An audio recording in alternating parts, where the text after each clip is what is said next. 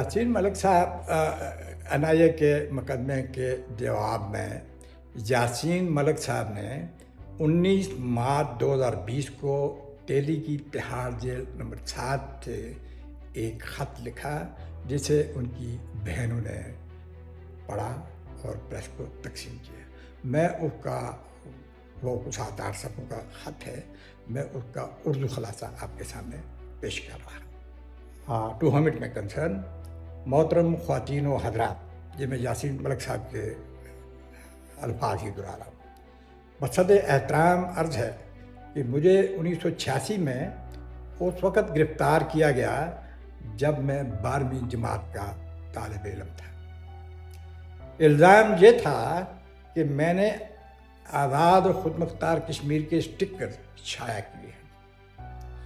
مجھے 15 دن کے لیے انٹروگیشن سینٹر بھیجا گیا اور پھر 3 ماہ پولیس لاک اپ میں رکھا گیا۔ رہائی کے بعد میں نے ایک طلبہ تنظیم قائم کی۔ اصل میں طلبہ تنظیم پہلے سے موجود تھی، شکیل بخشی صاحب نے اسلامک اسٹوڈنٹ لیگ بنائی تھی، جس کا نام اسلامک اسٹوڈنٹ لیگ رکھا گیا۔ یہ تنظیم کشمیر کی سب سے مشہور طلبہ تنظیم بن گئی۔ مپ اسی سال وجود میں آیا تھا، 1987 میں۔ جموں کشمیر میں ایک سیاسی اتحاد وجود میں آیا جس کا نام مسلم یونائٹڈ فرنٹ رکھا گیا۔ اس میں مختلف مذہبی، سیاسی اور سماجی تنظیمیں شامل تھیں۔ یاسین ملک لکھتے ہیں کہ مسلم یونائٹڈ فرنٹ کی لیڈرشپ نے اسلامک اسٹوڈنٹ لیگ کو اس کا رکن بننے کی دعوت دی، جسے ہم نے قبول کیا۔ مجھے مف تنظیم کی نمائندگی کے لیے مف ایگزیکٹو کونسل میں شامل کیا گیا، یعنی اپنی تنظیم کی نمائندگی کے لیے مف کی ایگزیکٹو کونسل میں شامل کیا گیا۔ مارچ 1987 میں اسمبلی انتخابات ہونے والے تھے، کشمیر اسمبلی کے۔ یاسین ملک لکھتے ہیں کہ مسلم یونائٹڈ فرنٹ نے فیصلہ کیا کہ اگر یہ انتخابات جیتے گئے تو اسمبلی میں کشمیر تنازع کے حل کے لیے قرارداد پیش کی جائے۔ اسلامک اسٹوڈنٹ لیگ نے کہا کہ وہ انتخابات میں امیدوار نہیں کھڑا کرے، لیکن فرنٹ کے امیدواروں کی حمایت کرے گی۔ فرنٹ سے مراد مسلم یونائٹڈ فرنٹ حمایت کرے۔ عوام نے مسلم متحدہ محاذ کو ووٹ دیا، لیکن نتائج میں کامیاب امیدواروں کو ہارنے والا اور ہارنے والوں کو جیتنے والا قرار دے دیا گیا۔ الیکشن کی ریگنگ ہوئی۔ اس کے بعد بڑے پیمانے پر گرفتاریاں شروع ہوئیں اور یاسین ملک لکھتے ہیں کہ اور مجھے بھی کاؤنٹنگ ہال سے گرفتار کر کے انٹروگیشن سینٹر بھیج دیا گیا۔ یہاں تشدد کے نتیجے میں مجھے خون کا انفیکشن ہوا اور پھر پولیس ہسپتال سری نگر میں منتقل کیا گیا۔ وہاں مجھے دل کے والو خراب ہونے کی تشخیص ہوئی۔ مجھے اور میرے ساتھیوں کو کالے قانون، پبلک سیفٹی ایکٹ، PSA کے تحت قید کیا گیا۔ رہائی کے بعد ہمیں یقین ہو گیا کہ بھارت میں پرامن جمہوری جدوجہد کے لیے کوئی جگہ نہیں۔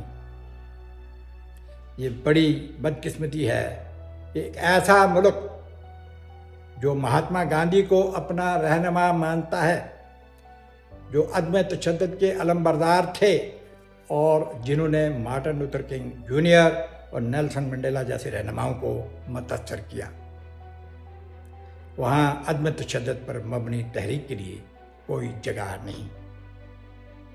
یاسین ملک لکھتے ہیں کہ اگر برطانوی حکومت نے گاندھی جی کو سیاسی گنجائش نہ دی ہوتی تو ان کی تحریک کامیاب نہ ہوتی۔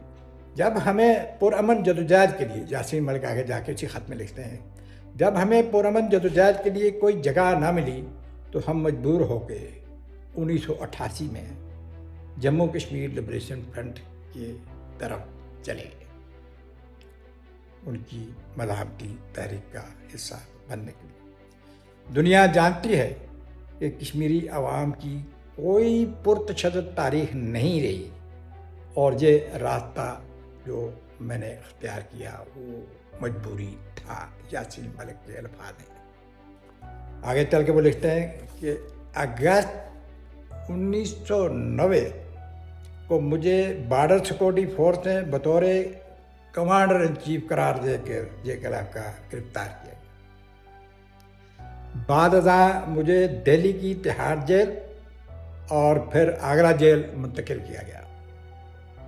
دوران قید میری صحت بگڑ گئی اور all India institute of medical sciences میں میرا آپریشن ہوا اور دل کا ایک وال مصنوعی لگایا گیا۔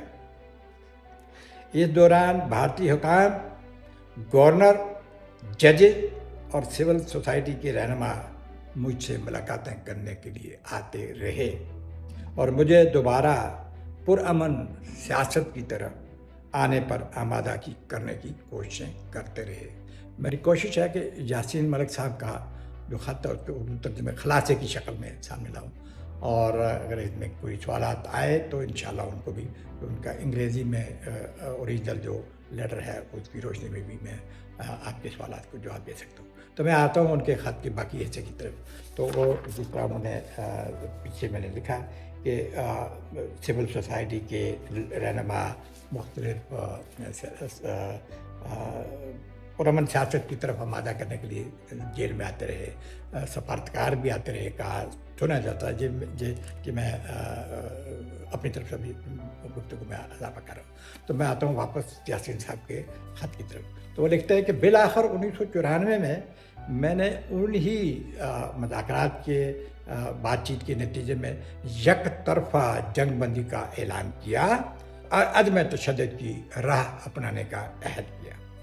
یہ فیصلہ میرے لیے انتہائی مشکل اور خطرناک تھا۔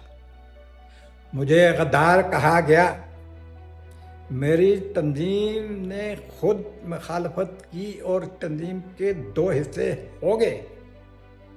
مجھے جان سے مارنے کی کوشش کی گئی، میرے کئی ساتھی شہید ہوئے، لیکن ہم اپنے فیصلے پر قائم رہے، عدم تشدد کے فیصلے پہ قائم رہے۔ سال 2000 میں وزیر اعظم اٹل بہاری واجپئی نے رمضان سیز فائر کا اعلان کیا اور مذاکرات کا عمل شروع کیا۔ میں نے اور دیگر رہنماؤں نے اس کی بھرپور حمایت کی۔ 2002 میں نے دستخطی مہم شروع کی جس میں 15 لاکھ کشمیری عوام کے دستخط جمع کیے گئے۔ 2006 میں بھارتی وزیر اعظم منموہن سنگھ کی طرف سے دعوت پر امریکہ میں مقیم اپنے سینئر ساتھیوں سے مشورہ کے بعد وزیر اعظم منموہن سنگھ سے ملاقات کی اور وہ دستخطوں کی کاپی ان کو پیش کی۔ اس کے بعد مختلف ادوار میں بھارتی وزرائے اعظم اور وزرائے داخلہ کے ساتھ بات چیت کا سلسلہ جاری رہا۔ میں جہاں تھوڑا یہ ذکر کر دوں کہ یہ جو امریکہ میں ساتھیوں کے جو میں نے ایڈ کیا ہے اس میں، اور دی ہندو اخبار میں اس کی خبر بھی موجود ہے۔ محترم خواتین و حضرات، یاسین صاحب لکھتے ہیں، محترم خواتین و حضرات، 1994 سے اب تک میں اور میرے ساتھی عدم تشدد کی راہ پر قائم ہیں۔ ہمارے خلاف درج پرانے مقدمات کو حکومتوں نے آگے نہیں بڑھایا، لیکن 2019 سے اچانک 30 سال پرانے مقدمات دوبارہ کھول دیے گئے ہیں، جو کہ 1994 کی جنگ بندی کی روح کے خلاف ہیں۔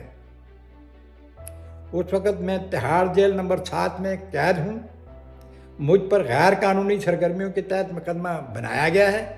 عدالت میں مجھے ویڈیو لنک کے ذریعے پیش کیا جا رہا ہے، جہاں نہ میں وکیلوں کی بات سن سکتا ہوں نہ ہی اپنی بات کہہ سکتا ہوں۔ جج جانبداری کا مظاہرہ کر رہے ہیں، اور مجھے بولنے نہیں دیا جا رہا۔ ان حالات کو دیکھتے ہوئے میں نے فیصلہ کیا ہے کہ 1 اپریل 2020 سے میں غیر معینہ مدت کی بھوک ہڑتال شروع کروں گا۔